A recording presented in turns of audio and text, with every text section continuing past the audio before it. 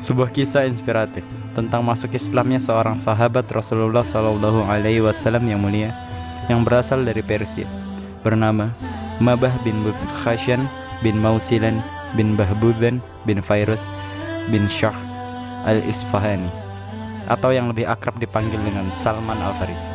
Dari Ibnu Abbas radhiyallahu an berkata, Salman al-Farisi menceritakan biografinya kepadaku dari mulutnya sendiri. Dia berkata, aku seorang lelaki Persia dari Isfahan, warga suatu desa bernama Jai. Ayahku adalah seorang tokoh masyarakat yang mengerti pertanian. Aku sendiri yang paling disayangi ayahku dari semua makhluk Allah. Karena sangat sayangnya, aku tidak diperbolehkan keluar rumah. Aku diminta senantiasa berada di samping perapian. Aku seperti seorang budak saja. Aku dilahirkan dan membaktikan diri di lingkungan Majusi, sehingga aku sebagai penjaga api yang bertanggung jawab atas nyalanya api dan tidak membiarkannya padam. Ayahku memiliki tanah perahan yang luas. Pada suatu hari, beliau sibuk mengurus bangunan.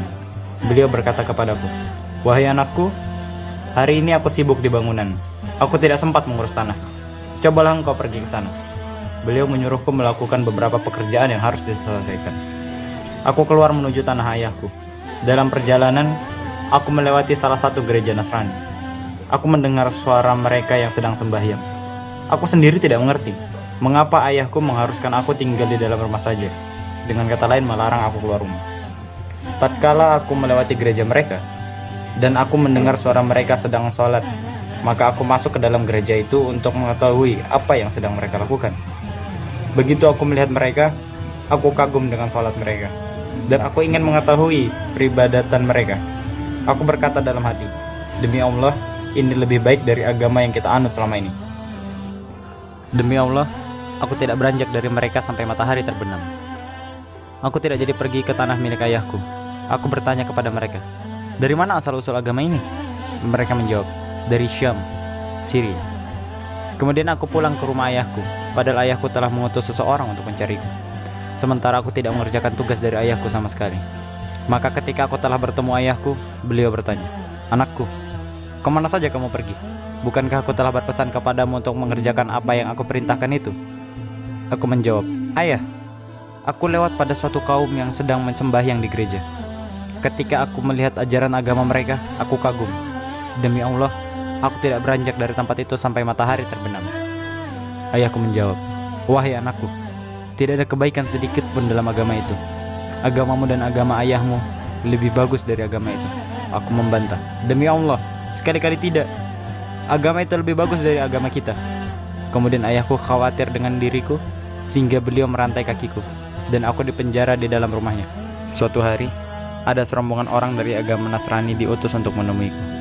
Maka aku sampaikan kepada mereka, jika ada rombongan dari Syria terdiri dari para pedagang Nasrani, maka supaya aku diberitahu.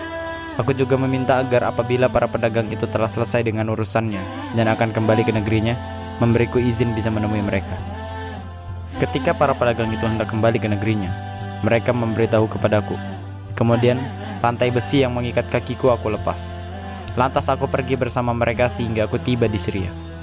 Sesampainya aku di Syria, aku bertanya, siapakah orang yang ahli agama di sini?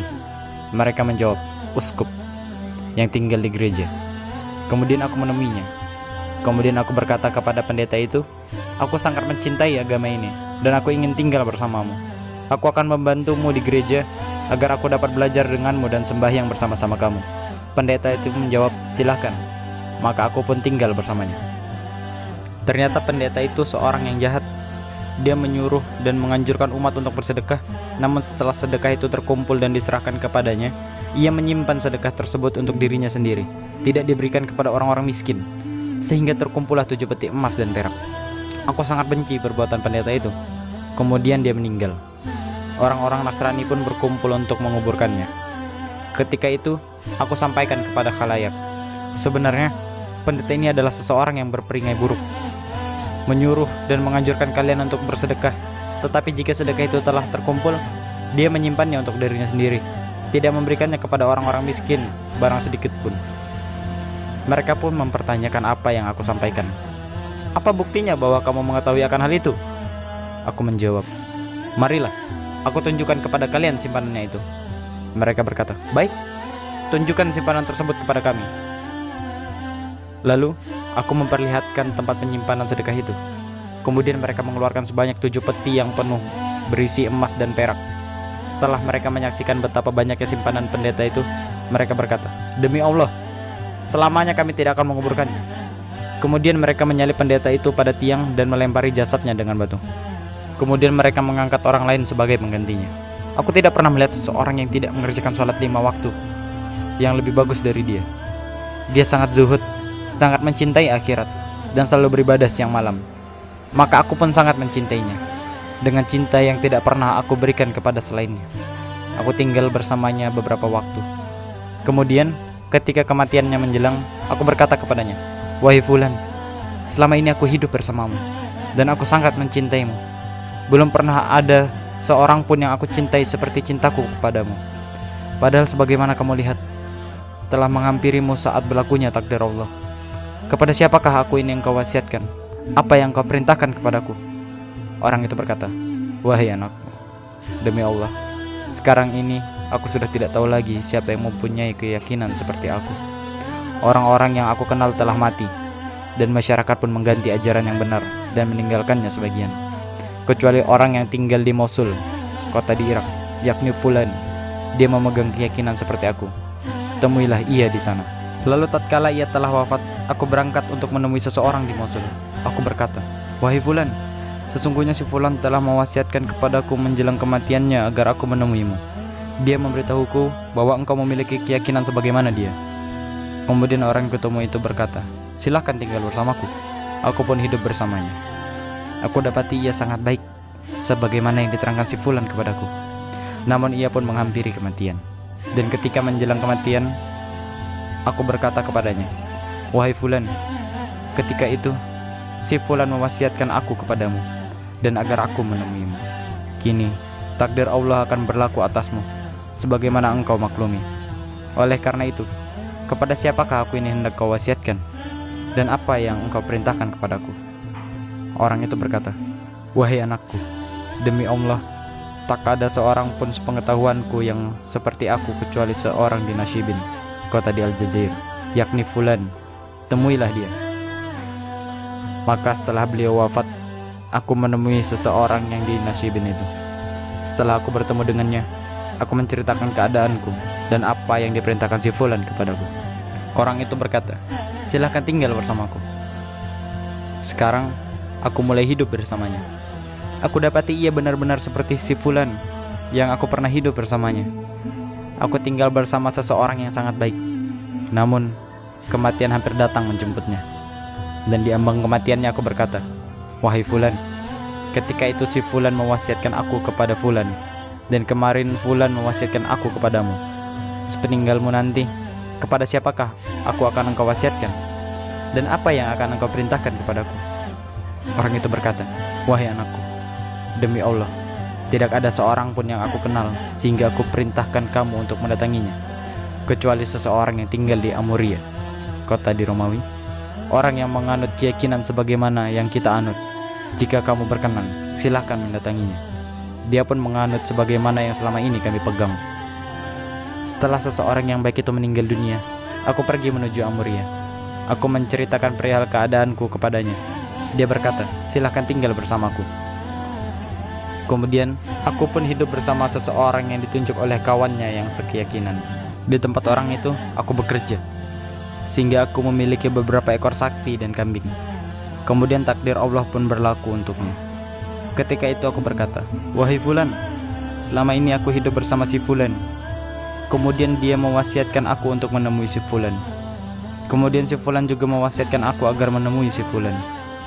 Kemudian Fulan mewasiatkan aku untuk menemuimu. Sekarang, kepada siapakah aku ini engkau wasiatkan, dan apa yang akan engkau perintahkan kepadaku?" Orang itu berkata, "Wahai anakku, demi Allah, aku tidak mengetahui seorang pun yang akan aku perintahkan kamu untuk mendatanginya. Akan tetapi, telah hampir tiba waktu munculnya seorang nabi. Dia diutus dengan membawa ajaran Nabi Ibrahim. Nabi itu akan keluar diusir dari suatu tempat di Arab, kemudian berhijrah menuju daerah di antara dua perbukitan. Di antara dua bukit itu tumbuh pohon-pohon kurma. Pada diri Nabi itu terdapat tanda-tanda yang tidak dapat disembunyikan. Dia mau makan hadiah, tetapi tidak mau menerima sedekah. Di antara kedua bahunya terdapat tanda cincin kenabian. Jika engkau bisa menuju daerah itu, berangkatlah ke sana. Kemudian orang ini pun meninggal dunia. Dan sepeninggalnya, aku masih tinggal di Amuria sesuai dengan yang dikehendaki Allah. Pada suatu hari, lewat di hadapanku serombongan orang dari Kaum. Mereka adalah pedagang. Aku berkata kepada para pedagang itu, "Bisakah kalian membawaku menuju tanah Arab dengan imbalan sapi dan kambing-kambingku?" Mereka menjawab, "Ya, tentu saja." Lalu aku memberikan ternakku kepada mereka. Mereka membawaku, namun ketika tiba di Wadil Qura, mereka menzalimiku dengan menjualku sebagai seorang budak ke tangan Yahudi. Kini aku tinggal di tempat seorang Yahudi. Aku melihat pohon-pohon kurma. Aku berharap, mudah-mudahan ini daerah sebagaimana yang disebutkan si Fulan kepadaku. Aku tidak biasa hidup bebas. Ketika aku berada di samping orang Yahudi itu, keponakannya datang dari Madinah dari Bani Quraidah. Ia membeliku darinya, kemudian membawaku ke Madinah. Begitu aku tiba di Madinah, aku segera tahu berdasarkan apa yang disebutkan si Fulan kepadaku. Sekarang aku tinggal di Madinah. Allah mengutus seorang Rasulnya. Dia telah tinggal di Mekah beberapa lama, yang aku sendiri tidak pernah mendengar ceritanya karena kesibukanku sebagai seorang budak. Kemudian Rasul itu berhijrah ke Madinah.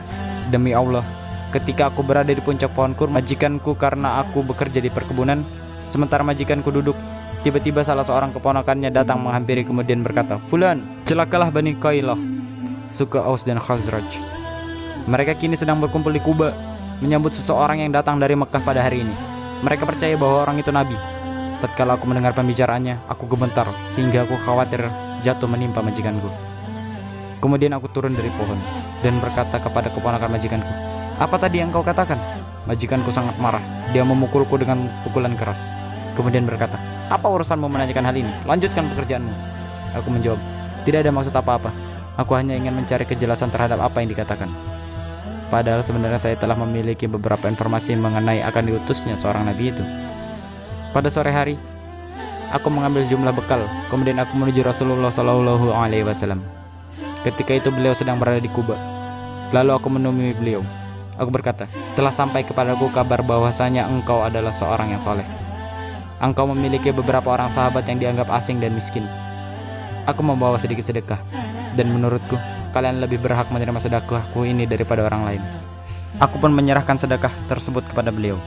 Kemudian Rasulullah SAW bersabda kepada para sahabat, "Silahkan kalian makan." Sementara beliau tidak menyentuh sedekah itu dan tidak memakannya. Aku berkata, "Ini satu tanda kenabiannya." Aku pulang meninggalkan beliau untuk mengumpulkan sesuatu. Rasulullah SAW pun berpindah ke Madinah. Kemudian pada suatu hari aku mendatangi beliau sambil berkata, "Aku memperhatikanmu tidak memakan pemberian berupa sedekah, sedangkan ini merupakan hadiah sebagai penghormatanku kepada engkau." Kemudian Rasulullah makan sebagian dari hadiah pemberianku dan memerintahkan para sahabat untuk memakannya. Mereka pun makan hadiah itu. Aku berkata dalam hati, inilah tanda kenabian yang kedua. Selanjutnya aku menemui beliau SAW saat beliau berada di kuburan Baqi al-Gharqad. Beliau sedang mengantarkan jenazah salah seorang sahabat. Beliau mengenakan 2 lembar kain. Ketika itu beliau sedang duduk di antara para sahabat. Aku mengucapkan salam kepada beliau. Kemudian aku berputar memperhatikan punggung beliau. Adakah aku akan melihat cincin yang disebutkan si Fulan kepadaku? Kemudian pada saat Rasulullah SAW melihatku sedang memperhatikan beliau, beliau mengetahui bahwa aku sedang mencari kejelasan tentang sesuatu ciri kenabian yang disebutkan salah seorang kawanku. Kemudian beliau melepaskan kain selendang beliau dari punggung. Aku berhasil melihat tanda cincin kenabian dan aku yakin bahwa beliau adalah seorang nabi. Maka aku telungkup di hadapan beliau dan memeluknya seraya menangis. Rasulullah bersabda kepadaku, "Geserlah kemari." Maka aku pun bergeser dan menceritakan perihal keadaanku, sebagaimana yang aku ceritakan kepadamu ini, wahai Ibnu Abbas. Kemudian para sahabat takjub kepada Rasulullah SAW ketika mendengar cerita perjalanan hidupku itu. Salman sibuk bekerja sebagai budak, dan perbudakan inilah yang menyebabkan Salman terhalang mengikuti perang Badar dan Uhud. Rasulullah SAW suatu hari bersabda kepadaku, "Mintalah kepada majikanmu untuk bebas, wahai Salman." Maka majikanku membebaskan aku dengan tebusan 300 pohon kurma yang harus aku tanam untuknya dan 40 uqiyah. Kemudian Rasulullah SAW mengumpulkan para sahabat dan bersabda, "Berilah bantuan kepada saudara kalian ini." Mereka pun membantuku dengan memberi pohon tunas kurma. Seorang sahabat ada yang memberiku 30 pohon atau 20 pohon, ada yang 15 pohon, dan ada yang 10 pohon.